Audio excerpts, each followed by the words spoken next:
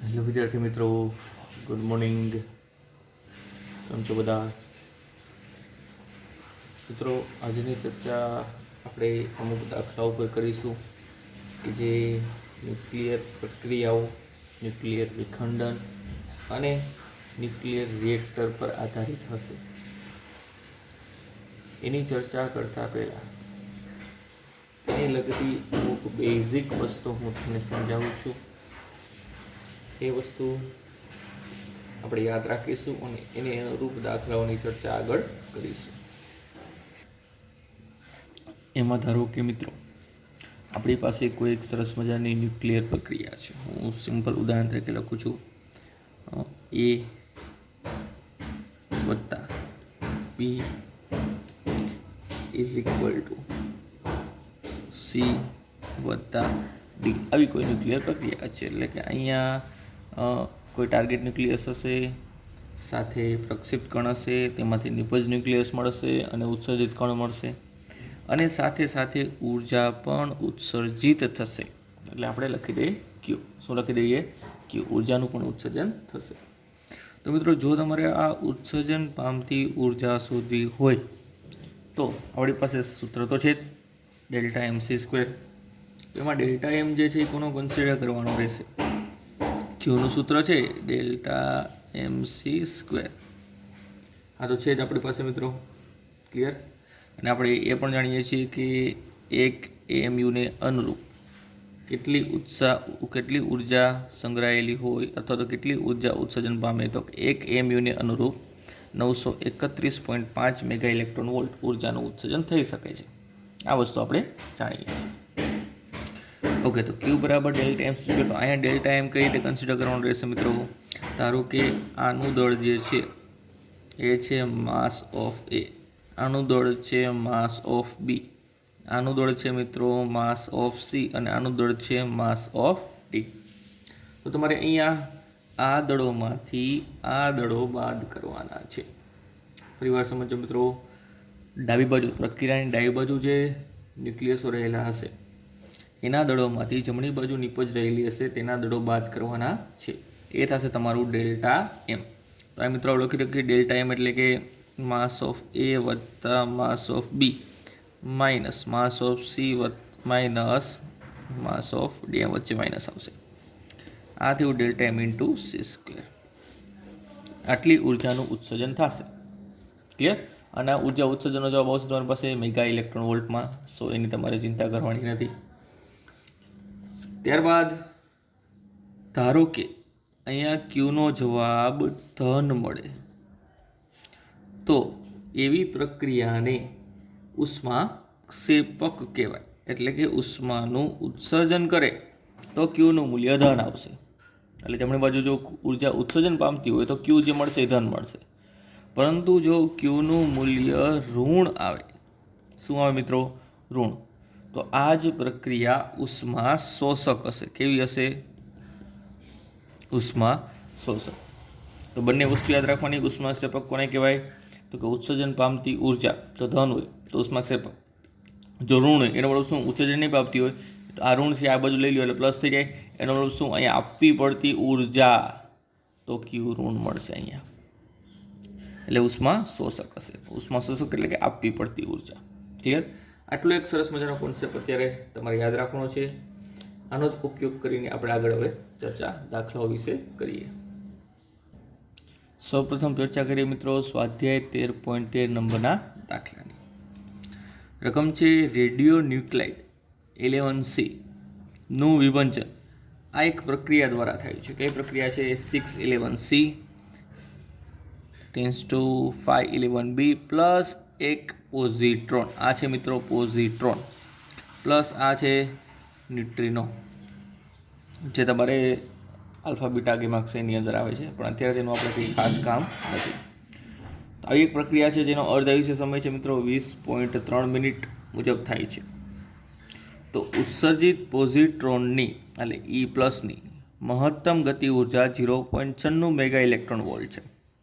તો ક્યુની મૂલ્યની ગણતરી કરો અને તેને ઉત્સર્જિત પોઝિટ્રોનની મહત્તમ ઉર્જા સાથે સરખાવો, જેમાં અનુક્રમે બંને ન્યુક્લિયસના દળ તમને આપેલા છે. ક્લિયર? તો આ પ્રક્રિયા જે છે મિત્રો ખરેખર આ રીતે લખી શકાય. ક્યુ સાથે આપણે લખીએ તો કાર્બનના પરમાણુનું જો વિભંજન કરીએ તો આખી પ્રક્રિયા જે છે આવી રીતે બનશે. 611C એમાંથી 511B એ તો રહેશે જ તે, પ્લસ એક પોઝિટ્રોન પ્લસ ન્યુટ્રિનો પ્લસ ઉષ્મા ઉત્સર્જન પામશે, ઉર્જા છૂટી પડશે. એક વસ્તુ યાદ રાખો ને મિત્રો, આ જે છે એ પોઝિટ્રોન છે, લખી દઈએ છીએ આપણે અહીંયા. આ છે મિત્રો પોઝિટ્રોન. પોઝિટ્રોન એટલે શું, કદાચ ભૂલી ગયા હોય તો તમે, ઇલેક્ટ્રોન જેટલું જ દળ, ઇલેક્ટ્રોન જેટલો જ વિદ્યુતભાર, પરંતુ ઋણની જગ્યાએ ધન, ઋણની જગ્યાએ ધન. ક્લિયર? એક વસ્તુ યાદ રાખજો, ઋણની જગ્યાએ કેવી રહેશે? ધન રહેશે. જ્યારે ન્યુટ્રિનો મિત્રો, આ છે ન્યુટ્રિનો, વિદ્યુતભાર રહિત છે, તેનું કોઈ દળ નથી. ક્લિયર? એવો એક કણ છે, એટલે આની સાથે કોઈ પણ આપણે ખાસ લેવા જેવું નથી, પણ પ્રક્રિયાની અંદર આવે છે એટલા માટે યાદ રાખીશું. અને આ છે મુક્ત થતી ઉર્જા, ઉત્સર્જન પામતી ઉર્જા. તો આપણે ઉત્સર્જિત પોઝિટ્રોનની મહત્તમ ઉર્જા સાથે સરખામણી કરવાની છે ક્યુનું મૂલ્યની ગણતરી કરીને. તો પહેલાં આપણે ક્યુનું મૂલ્ય શોધીશું. તો ક્યુનું મૂલ્ય શોધવા માટે આપણે પહેલાં ડેલ્ટા એમ શોધવું પડે. તો ડેલ્ટા એમ શું થશે મિત્રો? અહીંયા જોવા મળતી દળ ક્ષતિ એટલે કે ડેલ્ટા એમ, અહીંયા જોવા મળતી દળ ક્ષતિ એટલે ડેલ્ટા એમ. ડેલ્ટા એમ તમને જે હમણાં જ શીખવાડેલું મિત્રો, આ સાઈડનું દળ માઇનસ આ સાઈડનું દળ. આ સાઈડનું દળ એટલે કોનું? તો કે માસ ઓફ 611C, એમાંથી શું બાદ કરવાનું? આનું અને આનું દળ, એટલે કે mass of 511B minus mass of ઇલેક્ટ્રોનનું દળ. ઇલેક્ટ્રોનનું દળ જ થશે મિત્રો, પોઝિટિવનું દળ એટલે ઇલેક્ટ્રોનનું દળ. ક્લિયર? ચલો અહીંયા આવી જઈએ.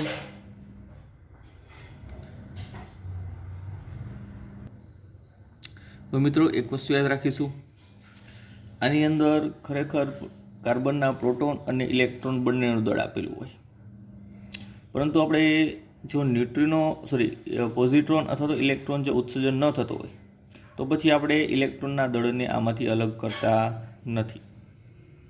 પરંતુ જો અહીંયા ઇલેક્ટ્રોન અથવા તો પોઝિટ્રોન ઉત્સર્જન પામતો હોય તો પછી આમાંથી આપણે ઇલેક્ટ્રોનનું દળ કન્સિડર કરવું પડશે. તો મિત્રો આમાં ખાલી માત્ર પ્રોટોનનું દળ રાખીએ, આપણે ઇલેક્ટ્રોનનું દળ બાદ કરી દેવાનું છે, એટલે માત્ર ને માત્ર ન્યુક્લિયસનું દળ વધશે. સેમ વસ્તુ અહીંયા ઇલેક્ટ્રોન પ્રોટોન બંનેનું દળ હશે, તો પ્રોટોનનું દળ રાખશું, ઇલેક્ટ્રોનનું દળ બાદ કરી નાખશું, એટલે માત્ર કોનું દળ વધશે? ન્યુક્લિયસનું. તો મિત્રો અહીંથી સ્ટાર્ટ કરીએ. આમાં આપણે કાર્બનનું દળ રાખીએ અને ઇલેક્ટ્રોનનું દળ બાદ કરીએ. 6 પ્રોટોન 6 ઇલેક્ટ્રોન એટલે ઇલેક્ટ્રોન દળ બાદ થઈ ગયું. આ થઈ ગઈ વાત કાર્બન માટે. ત્યારબાદ બોરોન માટે વાત કરીએ તો એમાં -511B એનું દળ રાખીએ. માઇનસ ઇલેક્ટ્રોનનું દળ પણ માઇનસ માઇનસ પ્લસ થઈ જશે, એટલે 5 કૌંસ આ માઇનસ અંદર પણ લાગશે, એટલે +5 MB માઇનસ પોઝિટ્રોનનું દળ એટલે કે ઇલેક્ટ્રોનનું દળ થશે મિત્રો. પોઝિટ્રોનનું દળ કોણ થશે? ઇલેક્ટ્રોનનું દળ -MB. તો આ જે છે એ વાત થઈ બોરોન માટે, અને આ જે ચર્ચા હતી એ છે પોઝિટ્રોન માટે. એમના એમ હવે મિત્રો ME વાળા પદને સરવાળા બાદબાકીમાં લઈ લ્યો તો -6ME + 5ME એટલે -1ME -1ME -1ME એટલે -2ME. તો એમ જ મિત્રો કાર્બનનું દળ માઇનસ બોરોનનું દળ -2ME.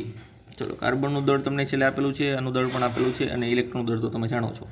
તો કાર્બનનું દળ છે મિત્રો 11.011 434, માઇનસ ઓર્ડર છે 11.0093005, અને ઇલેક્ટ્રોનનું દળ આપણે જાણીએ છીએ એમયુની અંદર લખવાના છે બધા દળ 2 × 0.000548. ક્લિયર? ચલો હવે ડેલ્ટા એમ તમને મળશે આના ઉપરથી 0.001 0.033 AMU. આ મળી ગયું ડેલ્ટા એમ. આપણે તો ક્યુ શોધવાની છે, તો ક્યુ શોધવા માટે લખી દઈએ મુક્ત થતી ઉર્જા ક્યુ બરાબર delta MC square. Delta M છે તમારી પાસે 0.001033 ઇન્ટુ 1 AMUને અનુરૂપ 931 પોઈન્ટ થાય છે, તો આટલા AMUને અનુરૂપ કેટલી થાય, તો કે ગુણ્યા 931.5 મેગા ઇલેક્ટ્રોન વોલ્ટ. ક્લિયર? જે લગભગ થશે 0.96 મેગા ઇલેક્ટ્રોન વોલ્ટ. કેટલી થશે? 0.96 મેગા ઇલેક્ટ્રોન વોલ્ટ. આ થઈ મુક્ત થતી ઉર્જા. વળી તેને કોની સાથે સરખાવવાની છે? ઉત્સર્જિત પોઝિટ્રોનની મહત્તમ ઉર્જા સાથે સરખાવો. ઉત્સર્જિત પોઝિટ્રોનની મહત્તમ ગતિ ઉર્જા છે 0.96. આ પણ કેટલી મળે છે? 0.96. ક્લિયર? તો એના ઉપરથી આપણને શું આઈડિયા આવશે મિત્રો? આ પ્રક્રિયામાં બોરોનનું દળ આ બંને કરતાં ખૂબ જ વધારે છે. દળ વધારે તો ઉર્જા લગભગ શૂન્ય. એટલે આની ઉર્જા આપણે લગભગ કેવું ધારેલી છે? શૂન્ય ધારેલી છે. આની પાસે તો દળ જ નથી, ન્યુટ્રિનો પાસે. આની પાસે દળ છે જ નહીં. ક્લિયર? એટલે આની ઉર્જા કેવી હશે? સાવ લઘુત્તમ. હવે વધ્યું કોણ? પોઝિટ્રોન. તો અહીંયા જે ઉર્જા ઉત્સર્જન પામે છે મિત્રો 0.96, એ લગભગ બધી કોને મળે છે? લગભગ પોઝિટ્રોનને જ મળે છે. કોને મળે છે? લગભગ પોઝિટ્રોનને મળે છે. જેથી તેની ગતિ ઉર્જા કેટલી થાય છે? 0.96. તો અહીંયા આપણને સરખામણી કરવાની કીધી હતી, તો યસ. તો અહીંયા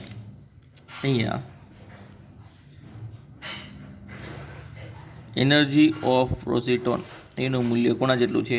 ક્યુ જેટલું. કેટલું? 0.96 મેગા ઇલેક્ટ્રોન વોલ્ટ. ક્લિયર? આટલી ઉર્જા પોઝિટ્રોનની અને એટલી જ ઉર્જા ઉત્સર્જન પામે છે. એટલે મોટાભાગની ઉર્જા કોને મળે છે? ઉત્સર્જન પામતી ઉર્જા પોઝિટ્રોનને. જે શેના સ્વરૂપે હોય છે? ગતિ ઉર્જા સ્વરૂપે હોય છે. આ લગભગ સ્થિર થઈ જાય છે અને આ તો દળ રહિત છે, એટલે આની પાસે પણ કંઈ ખાસ ઉર્જા વધતી નથી. ક્લિયર? તો આ છે મિત્રો સ્વાધ્યાય 13.13ની વાત. ત્યારબાદ ચર્ચા કરીએ સ્વાધ્યાય 13.15.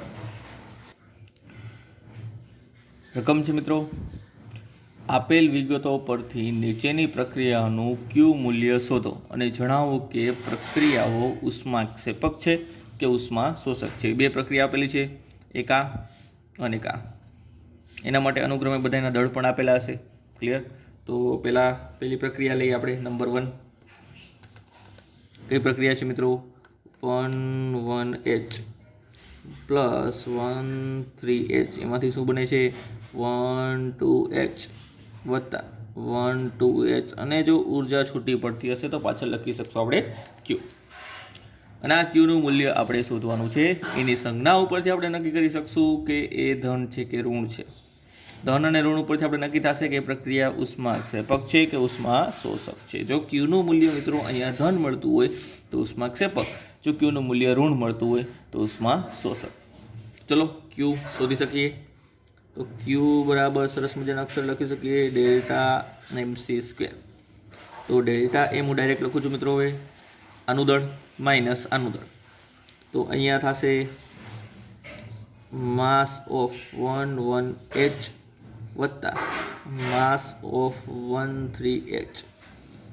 ક્લિયર? આ પ્રક્રિયકનું દળ થઈ ગયું. હવે નિપજનું દળ એ બાદ કરવાનું, minus mass of 1,2H minus mass of 1,2H. એટલે બે વખત પણ લખી શકો, ઇન્ટુ C². ચલો આ બધાના દળ તમારે લખવાના છે. અહીંયા આપેલા છે માસ ઓફ 1,1H. 1,1H એટલે પ્રોટોન થશે. પ્રોટોનનું દળ તો તમને યાદ હોવું જોઈએ, જે તમને ઇઝીલી આપેલું નથી. 1,2H આપેલું છે, 1,3H આપેલું છે. ક્લિયર? 1,1 એટલે પ્રોટોનનું દળ જે તમને આ છે 1.007825. તો કિંમત મૂકીએ.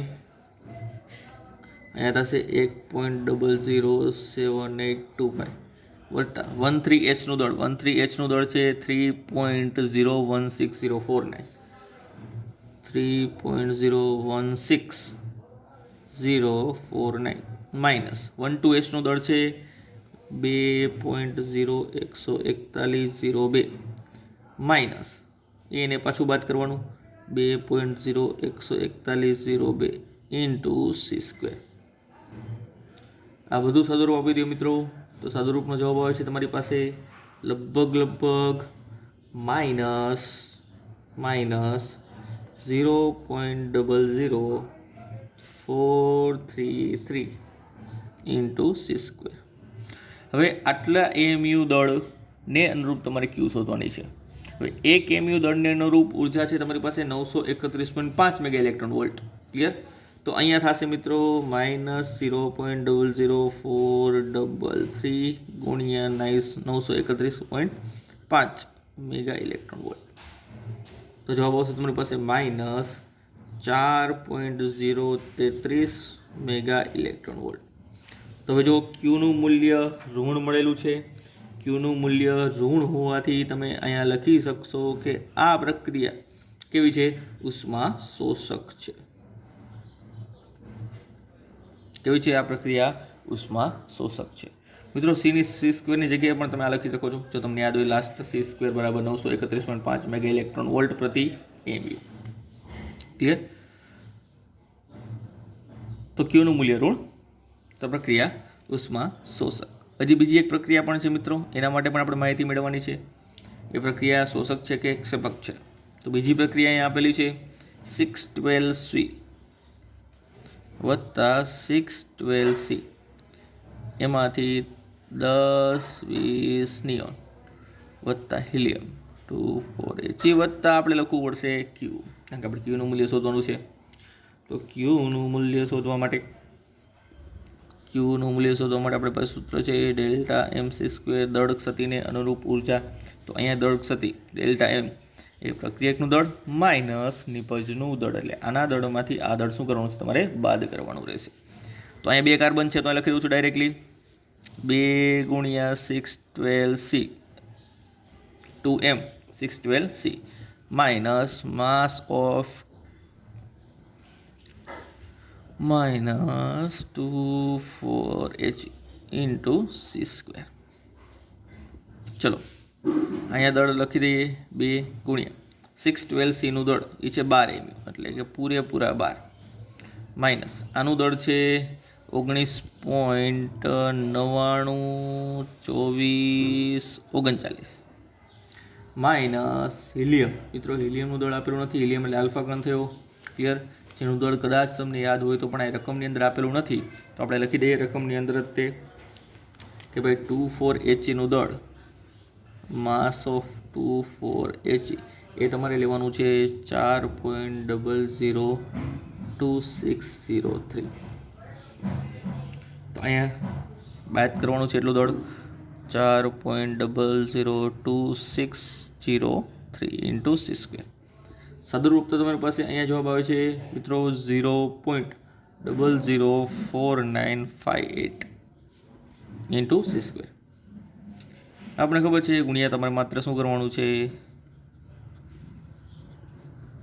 931.5 મેગા ઇલેક્ટ્રોન વોલ્ટ. એટલે તમારી પાસે જવાબ આવશે લગભગ 4.618 મેગા ઇલેક્ટ્રોન વોલ્ટ. હવે જો મિત્રો અહીં ક્યુ ધન છે કે ઋણ છે? તો કે આ જગ્યાએ ક્યુનું મૂલ્ય ધન મળતું હોવાથી આ પ્રક્રિયા જે છે એ કેવી છે? ઉષ્મા ક્ષેપક છે. કેવી છે આ પ્રક્રિયા? ઉષ્મા ક્ષેપક છે.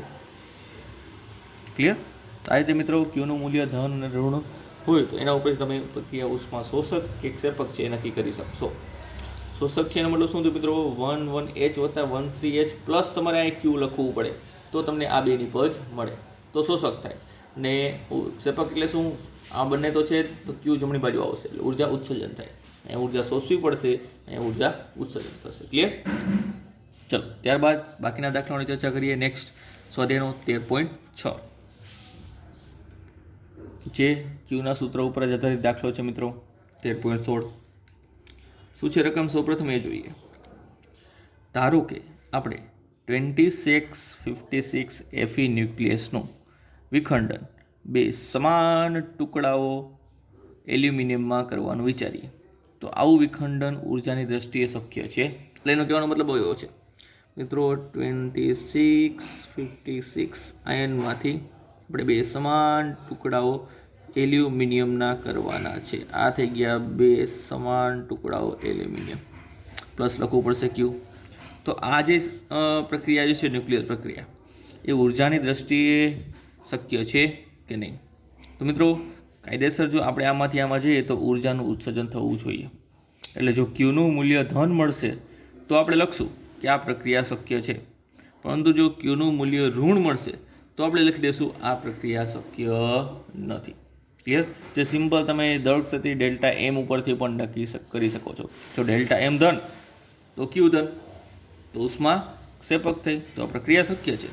પણ જો ડેલ્ટા એમ ઋણ તો ક્યુ પણ ઋણ, ક્યુ ઋણ તો આ પ્રક્રિયા ઉષ્મા શોષક થઈ. તો પછી ક્યુ અહીંયા લખવી પડે, એટલે ઉર્જા આપવી પડે તો એલ્યુમિનિયમના ટુકડા થાય. ક્લિયર? અહીંયા ડાયરેક્ટલી વિખંડન જ કરવાનું છે, ઉર્જા આપવાની નથી. ક્લિયર? ઉર્જા મુક્ત થવી જોઈએ. વિખંડનની અંદર શું થાય? ઉર્જા મુક્ત થાય. તો મુક્ત થાય એટલે ક્યુ હંમેશા પાછળ જ આવે, એટલે ક્યુ હંમેશા ધન જ મળવી જોઈએ. તો ઋણ મળે તો લખી દઈશું આપણે, એ કેવું થશે? માઇનસ, મીન્સ કે શક્ય નથી. એના માટે તમને એલ્યુમિનિયમ અને આયન બંનેનું દળ આપેલું છે. તો આ દળ ક્ષેત્રને અનુરૂપ ઉર્જા ક્યુ બરાબર ડેલ્ટા MC². મિત્રો ડેલ્ટા એમ એટલે કે આનું દળ માઇનસ આ બંનેનું દળ.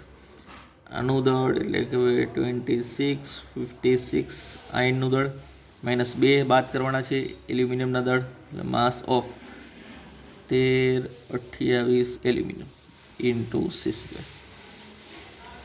આનું દળ છે મિત્રો 55.93494 માઇનસ 2 ગુણ્યા એલ્યુમિનિયમ દળ છે 27.98191 ઇન્ટુ C². ચલો બાદ બાકી કરીએ તો અહીંયા આવે છે મિત્રો 55.93494 એમને આને 2 વડે ગુણી નાખીએ તો જવાબ આવશે તમારી પાસે 55.63832 ઇન્ટુ C². કરો બાદ બાકી તો જવાબ ઓબ્વિયસલી માઇનસમાં જવાનો છે. આ 55.93 છે, આ 55.96 છે, નાનામાંથી મોટું બાદ થશે એટલે જવાબ આવશે માઇનસમાં માઇનસ 0.02888 ઇન્ટુ C². સરળતા ખાતર આપણે ઉર્જા શોધી લઈએ. આપણને ખબર તો પડી ગઈ છે માઇનસ એ એટલે કે આ પ્રક્રિયા શક્ય નથી, તેમ છતાં ઉર્જાનું મૂલ્ય આપણે શોધી લઈએ. તો માઇનસ 0.28810 આવશે ઇન્ટુ 931.5 મેગા ઇલેક્ટ્રોન વોલ્ટ. તો જવાબ આવશે તમારી પાસે અંતિમ માઇનસ 26.90 મેગા ઇલેક્ટ્રોન વોલ્ટ. તો હવે કહી શકીએ છીએ અહીંયા ક્યુનું મૂલ્ય ઋણ હોવાથી શું લખી દઈશું આપણે? અહીંયા ક્યુનું મૂલ્ય ઋણ હોવાથી આવું વિખંડન શક્ય નથી. આવું વિખંડન શક્ય છે નહીં. ક્લિયર? આથી ચર્ચા મિત્રો સ્વાધ્યાય 13.16ની. ત્યારબાદ એક નાનકડા એવા દાખલાની સાથે ચર્ચા કરી લઈએ. સ્વાધ્યાય 13.17. રકમ જોઈએ 17માં દાખલાની મિત્રો. 94239 PUના વિખંડન ગુણધર્મો 92235 યુરેનિયમના જેવા જ છે. વિખંડન દીઠ વિમુક્ત થતી ઉર્જા 180 મેગાવોટ, એટલે કે એક પ્લુટોનિયમ જે છે વિખંડન પામે, એક પ્લુટોનિયમનો પરમાણુ, તો વિખંડન પામતી ઉર્જા અથવા તો ઉત્સર્જાતી ઉર્જા કેટલી છે? 180 મેગા ઇલેક્ટ્રોન વોલ્ટ. તો શુદ્ધ પ્લુટોનિયમના 1 કિલોગ્રામ દળમાંના બધા જ પરમાણુ વિખંડ પામે તો કેટલી ઉર્જા પામે? કેટલી ઉર્જા મેગા ઇલેક્ટ્રોન વોલ્ટમાં વિમુક્ત થાય? એક પરમાણુ દીઠ આટલી. તો પહેલાં તો આપણે એ શોધવું પડશે કે 1 કિલોગ્રામમાં પરમાણુ હોય કેટલા. ક્લિયર? ચલો તો હવે જોઈએ આપણે પહેલાં પ્લુટોનિયમમાં 1 કિલોગ્રામ પરમાણુ કેટલા હશે? તો મિત્રો એના પરમાણુ દળાંક આપેલો છે 239. એનો એવું થયું 239 ગ્રામની અંદર એવોગેડ્રો છે, એટલે 1 મોલ એટલે શું થયું? 239 ગ્રામ થયું દળ. 1 મોલ એટલે કે 239 ગ્રામ દળ. તો અહીંયા લખી દઈએ આપણે, અહીં 239 ગ્રામ દળમાં કેટલા પરમાણુ હોય છે? 6.023 ગુણ્યા 1023, એટલે કે એવોગેડ્રો અંક જેટલા પરમાણુ હોય. તો આપણે કેટલા ગ્રામ માટે શોધવાનું છે? 1 કિલોગ્રામ. 1 કિલોગ્રામ એટલે કે 1000 ગ્રામ. તો 1000 ગ્રામમાં કેટલા પરમાણુઓ હશે? તારો કે એનું કહી દો કેપિટલ N. તો તમે સૌ પ્રથમ શોધી શકશો કેપિટલ N.